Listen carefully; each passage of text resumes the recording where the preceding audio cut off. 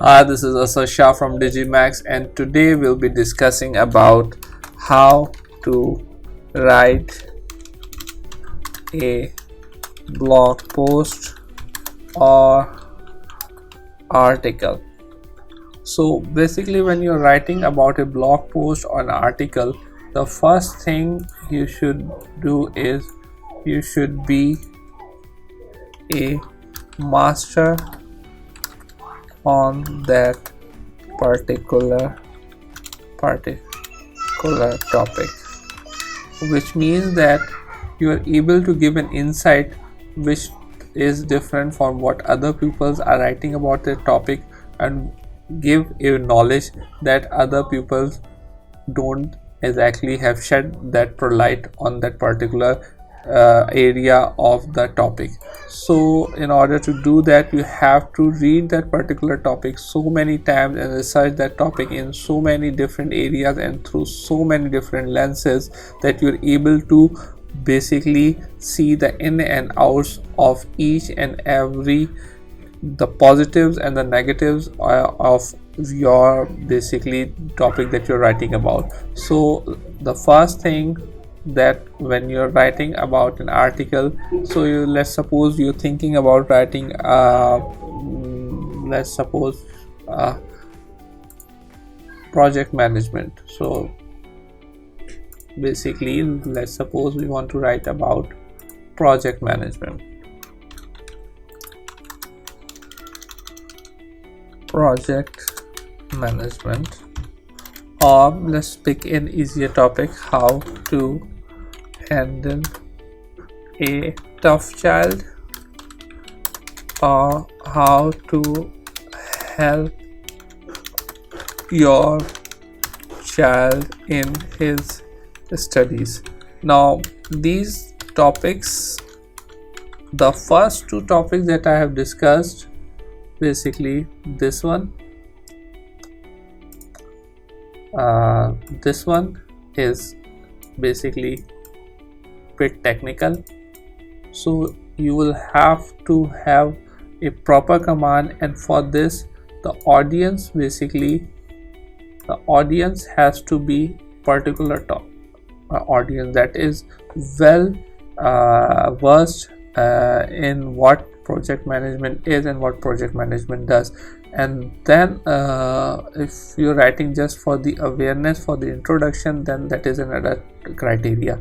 So these topics are basically general topics, and you can easily find an audience and you can write about it basically. And the research that you're going to do, you're going to find lots and lots of topics on this one. So let's pick this one: how to help your child in his studies. We are going to write a blog post on this proper topic. So we are going to cancel, basically we are going to cancel this one, sorry, and we are going to cancel this one and this one, and we are going to write about this particular topic.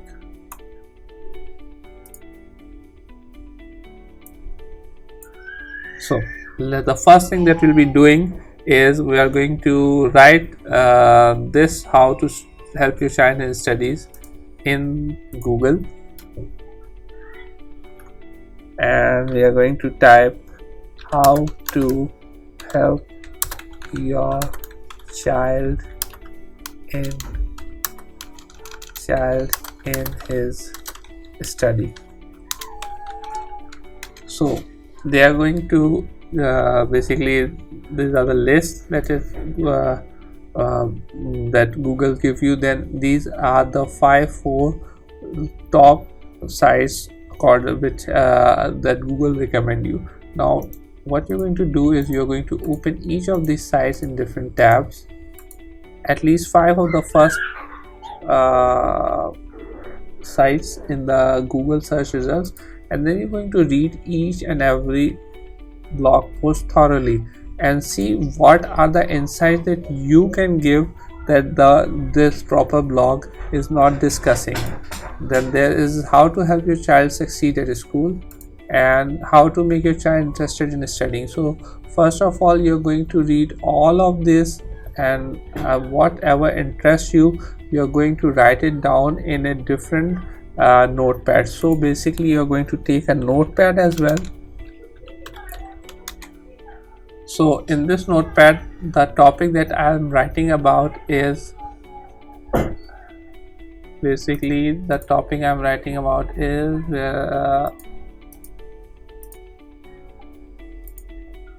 how to help your child in his studies. So this is a topic. Right now I haven't worked hard on the headline. I'm just writing about writing a generic headline: help your child in his studies. So this I'm not really focused on the SEO of the blog or the article per se, but only what I want to write about and what is the main crux of my article will be. So this is what I want to write about. I want an article, I want to write a blog in which I want to write about ways in which a parent is able to help his child in his studies. Now this topic can be twofold. Either basically a parent is searching for particular topics in which he wants to help his child, and the other is basically a child is not very willing to study, and the parents is looking ways to help his child or help himself to help the child be interested in the studies or in his books or in his classwork. So I'm going to take the later topic that I'm going to write about how a parent can make his child interested in his studies or class or school. So I have already found out 3 ways. I'm going to research about his studies, whatever topics he is interested or not interested in. There must be some topics that he's really good at, and there must be some topics that he doesn't find interesting. So I'm going to research on this, and then if he is having problem in class, I'm going to research about this, or if he is having problem in the school itself, so I'm going to research about this. So I'm going to write first how a parent can make his child interested in his studies and search in Google. Then I'm going to write about how a parent can help his child interested in his classwork, and then I'm going to do Google research over that. And then the third that I'm going to do is how to make a child interested in school. So I'm going to research about that. But first of all, I'm going to research about the topics that I have opened in different tabs. 7 tips for parents to help your child develop effective studies.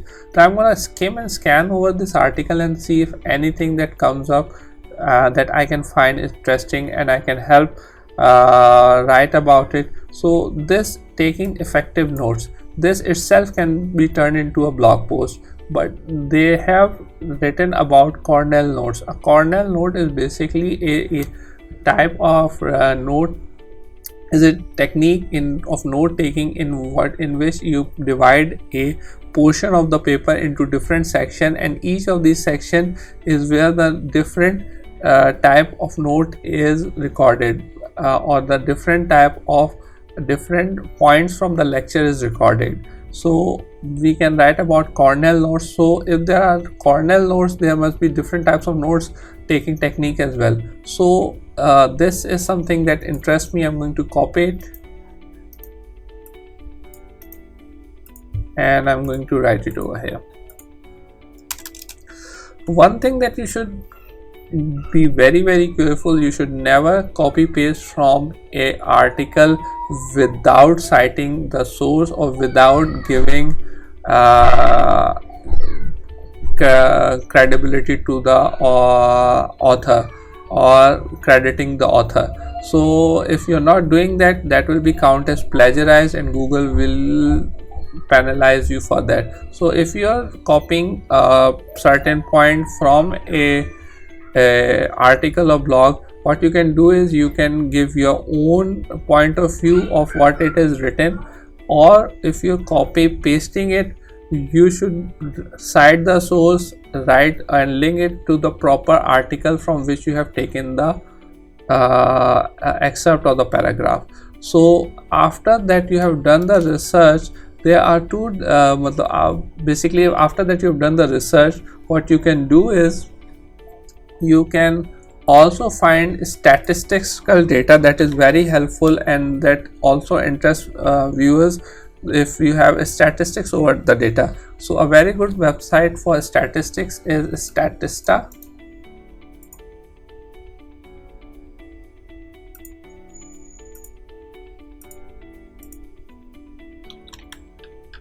You can go over there and you will be able to find lots of stats that you can mention in your blog or article.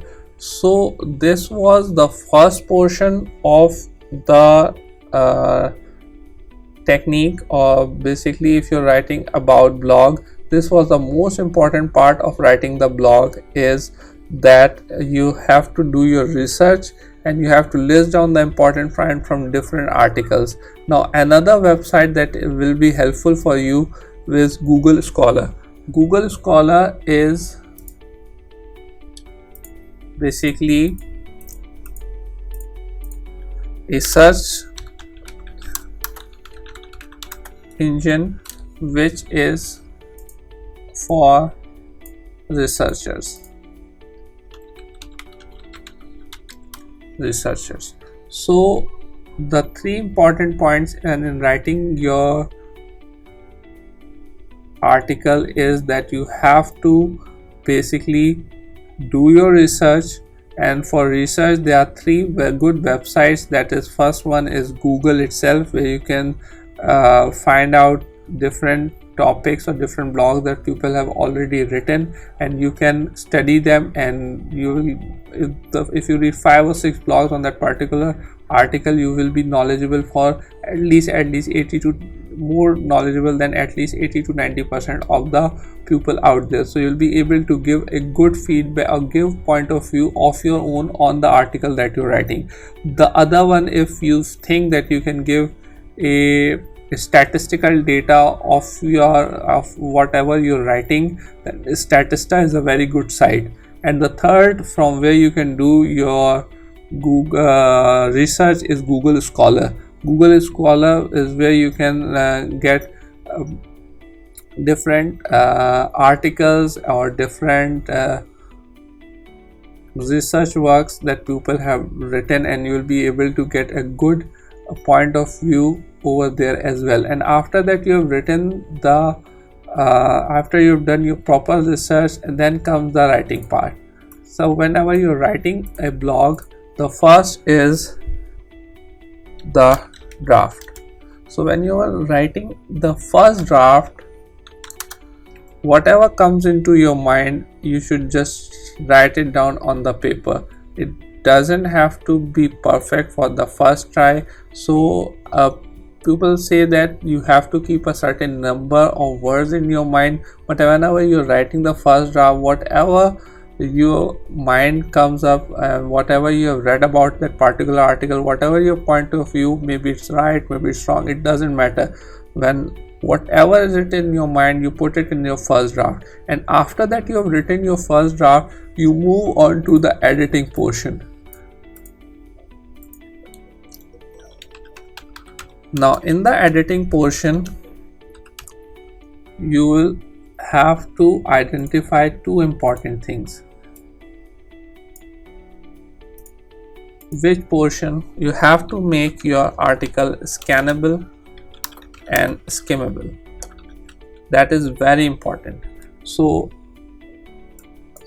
people, if whatever writer or whatever reader that is coming over to your blog to read will first skim and scan through your whole blog, and if he finds any point interesting, then he'll read the article, and then from that point he'll move to the next paragraph or maybe jump right off from your blog. So first of all, you have to make the blog not only interesting but properly scannable and skimmable for your reader.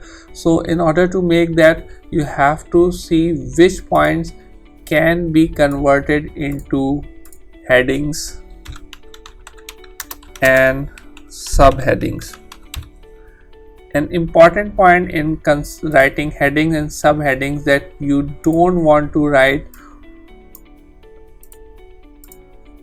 lengthy headings.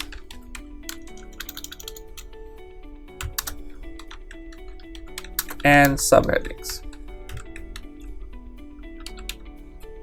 Readers want to read headings that are short and give you the precise idea of what lies ahead.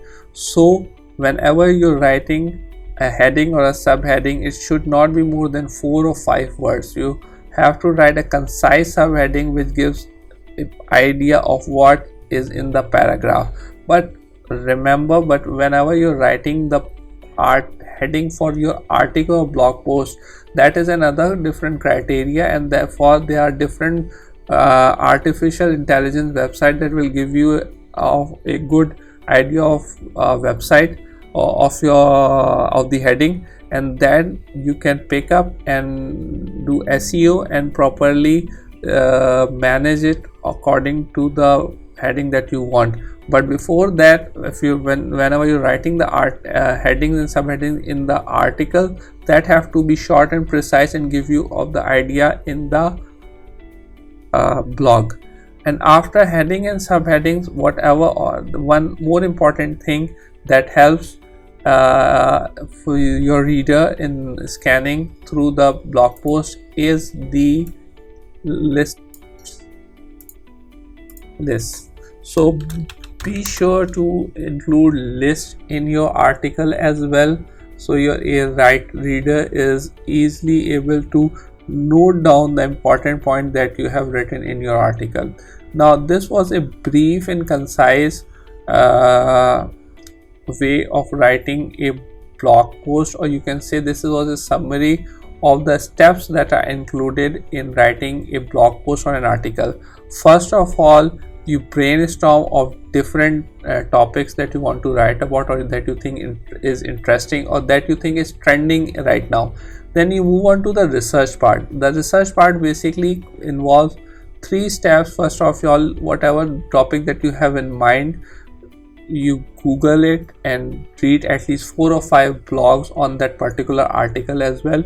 Then you see if there is any statistics that you can include in your blog or that pertains to that particular topic. You can find out the statistics in Statista, and there are other sites as well which you can Google and find out. Other good research portal where you can find good research work is the Google Scholar. You can search Google Book as well, and there's good website PDF Drive where you will be able to find good PDF books on that portion as well. Now that you have done your research part, you write your first draft. The first draft has to involve each and every idea that comes into your mind. After writing the first draft, you move into the editing portion, and in the editing portion you make sure you include headings, you include lists, you include images as well, and you include statistics as well, so your article is scannable and skimmable. So guys, I hope you liked this video, and it will help you to write better articles or better blog posts in the future. Thank you.